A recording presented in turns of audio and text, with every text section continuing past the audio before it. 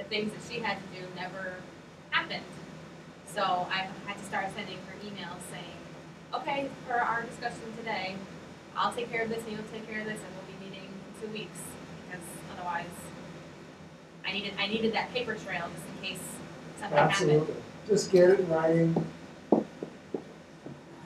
Even if someone else is listening, if you get it in writing, you write it back and say, my understanding is. Then they'll write you back and say, no, no, no, I wanted you to do this.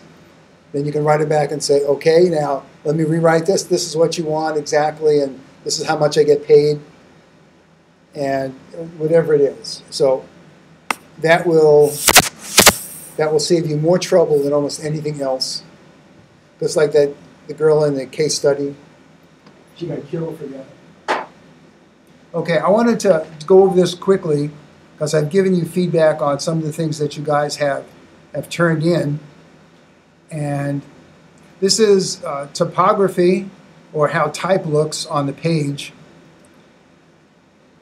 And I want you to, I just want to go over this real quick to see if people have questions, and waiting for arguments, love arguments on this.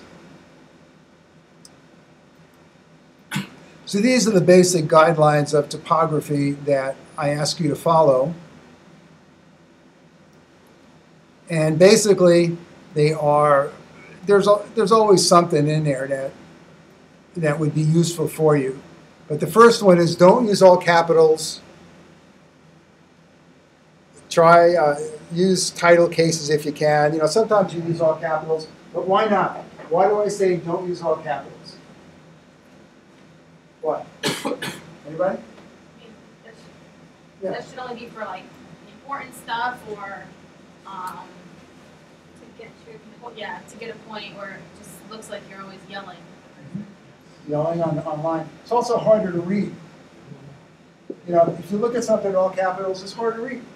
And you want to get your message across, so you don't write in all capitals professionally. If you look at any professional... Except engineers. Sorry? Except civil engineers. Except civil engineers. They write everything in capitals. Because they don't know grammar. They don't know grammar. They don't know grammar.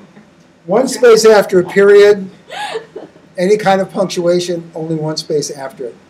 Okay, let's fight. Who's going to fight? Come on, who's going to, yeah, you going to fight? Not gonna fight, but the weird thing is I had learned in all of my English classes prior 2 spaces after a period, but I can understand for formatting reasons why you would want 1 space after a period. It's just a habit that I have to break. Okay, and why did the habit start? Because you're instructed that way. It's an instructional habit. The typewriter. When the typewriter was invented, you had little letters like an I and a big letter like a W, and there was no proportional spacing. So at the end of a word, if there was an I at the end of a word and a W started the next sentence, it would be really close. But if you had like an A and then an I, so in order to make sure that things didn't look bad, they said, well, 2 spaces after a period. That's the only reason. The only reason. Only reason. Now, I learned to type on a typewriter, but most people are learning keyboarding using a word processor, which is more like typesetting. Typesetting is what you find in a newspaper or in a magazine. And I used to do that. I actually went to high school for that. We used to actually typeset by hand, and you find like an I, and then at the end of a sentence you would put like 2 spaces so that it'd be proportionally spaced. And then when word processing came in, typesetting was computerized, and you never had to do that again. So professionally, you're not going to see any professional documents that are going to have 2 spaces after any punctuation. Like some writing manuals say use 2 spaces if you're submitting a manuscript for publication. That's different. And if you have a paper that you're going to submit for publication, some places want you to use 2 spaces. But in general, in the work that we do here, 1 space. And the stuff you do for kids, if you put it on the board or write things, try and keep that convention, because it'll show them the professional convention. Does that make sense? Argue? Okay, never underline unless it's a hyperlink. Why not? People try and click on it, or they expect it to be. Why do we underline?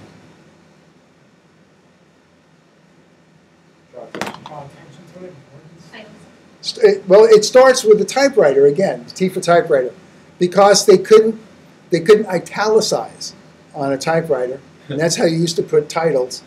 They italicized them. Well, underline meant to put a title, but you don't need that anymore.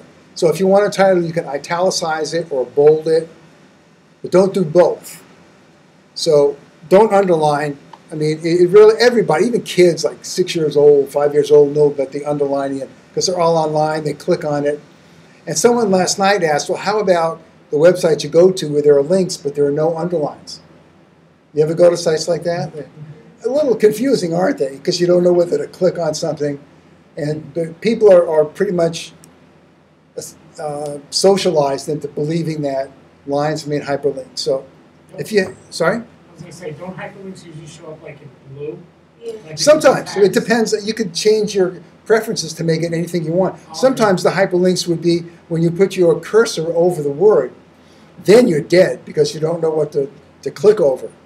And sometimes it doesn't work. Sometimes people just make it to look cool. Okay. Red, only to highlight something important. And why do I say that?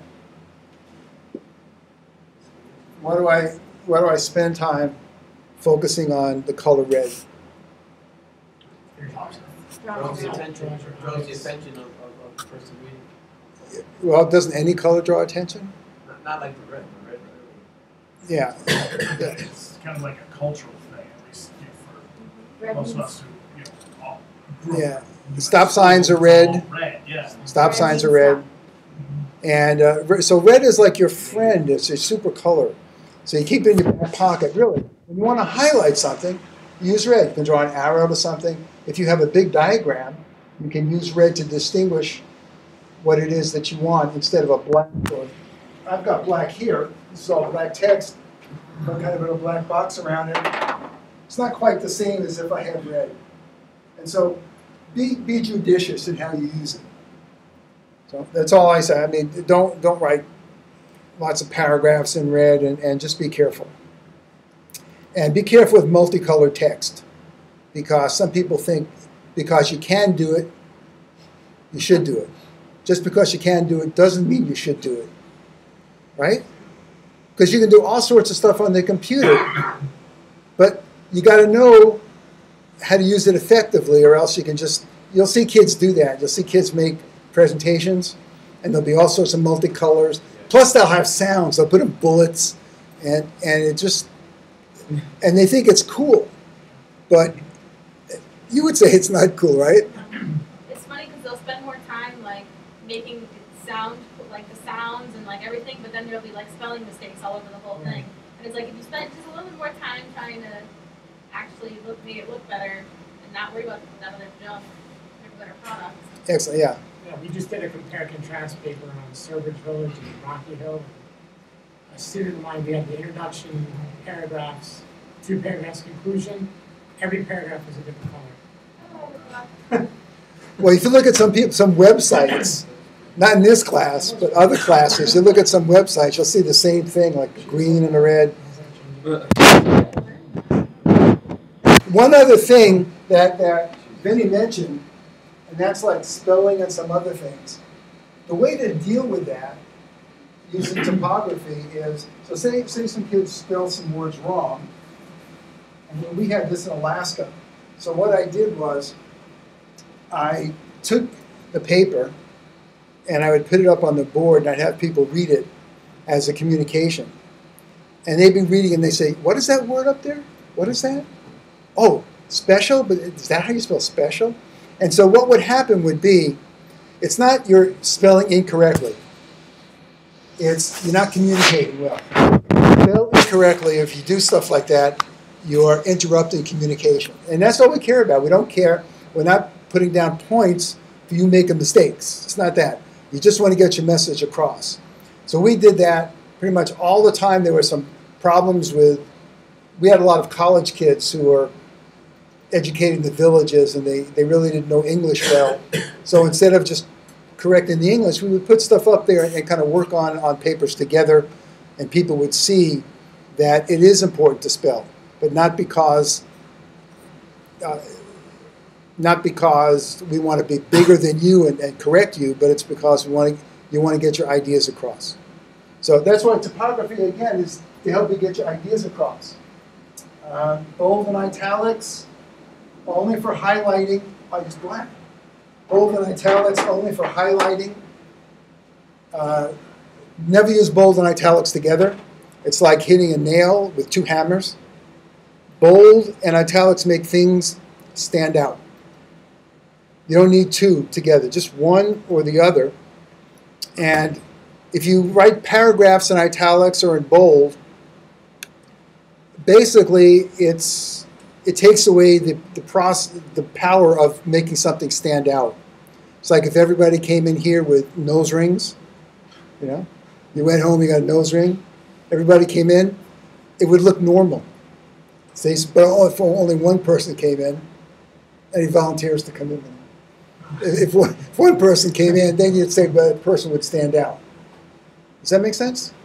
I mean, I'm trying to get you to understand the reason why this is. So use bold and italics for things like, well, of course, if you have like a short quote, you can put them in italics.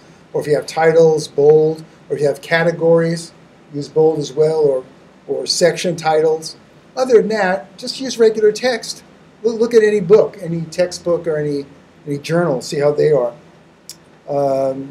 Apostrophes, people belongs or not. But if you write 1950s, it's like you don't need an apostrophe, and so on. You guys probably all know that. It's probably the other class that has trouble with it. Left aligned for greatest legibility. Why? People read from right to left to right. Yeah, people read left to right. Now, someone asked last night about poetry. Okay, instead of poetry and stuff like that, of course. But in general, you just want to you don't want to get anything in the way. You don't want people to look at your document and say how pretty that is, even if it is pretty. Consistent sizes of fonts.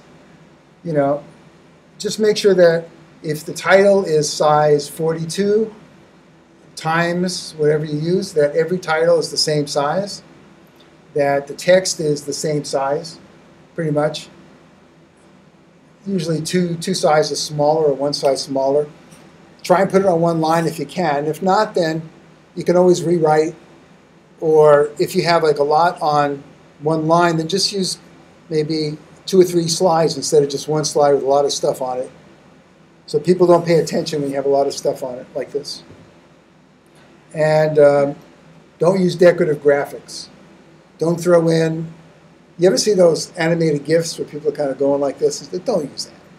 They're annoying, it's decorative, and it takes away from the message eventually. So, question or comment? You need at least 3 on this. Yeah? On number 8, you said left align. There was also the block, and it does align it to the left also, but it's blocked. Is that one fine? No, because what happens is it elongates space.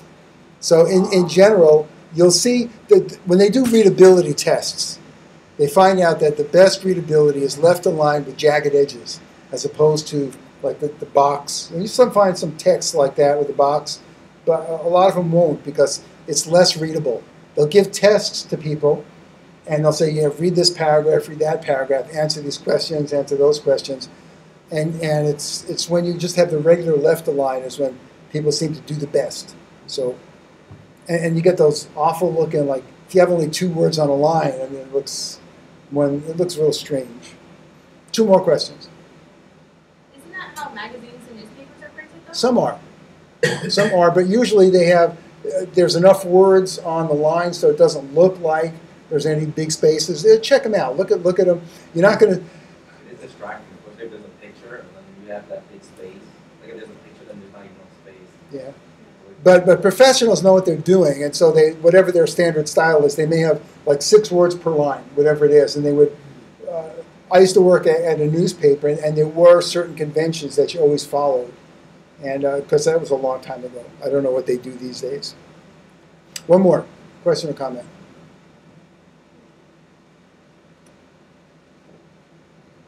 Any I forgot here that you would use? Anything that you do always to make sure when you write so that it looks right or sounds right or something? Maybe the color, the contrast, like Oh, like the background. Sure, excellent. And what would that be? What would the contrast be? Yeah, light background, dark foreground. I don't know if Dr. Abed has talked about the foreground and background, but basically the background stays in the back. The foreground goes in the front. The background just provides a context for what happens. You don't want people looking at the trees in the back and missing what's in front of them. So, good. Thank you for bringing that up.